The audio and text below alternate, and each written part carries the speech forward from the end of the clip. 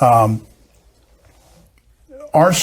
stories, Rebecca's story, Judy's story, and my story, we were on 3 different tracks.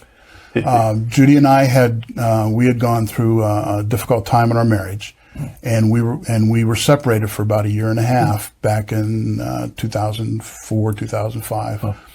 And during that time, we had put our children into Catholic schools, even though we aren't Catholic. You're not even thinking about that, but no. There we go.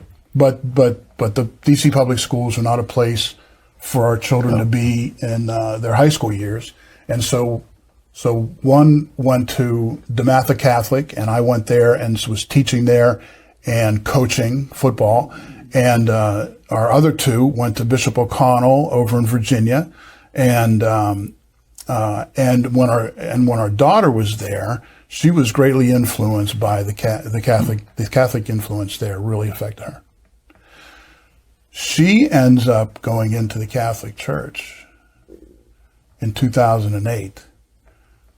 Because of what she's learned. Because of what she has learned there.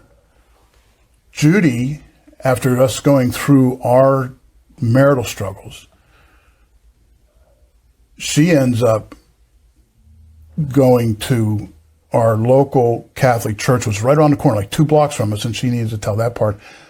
And then in 2000, she comes into the church in 2009, and I come into church in 2010, and I had done it on my RCIA at the Cathedral Church in D.C.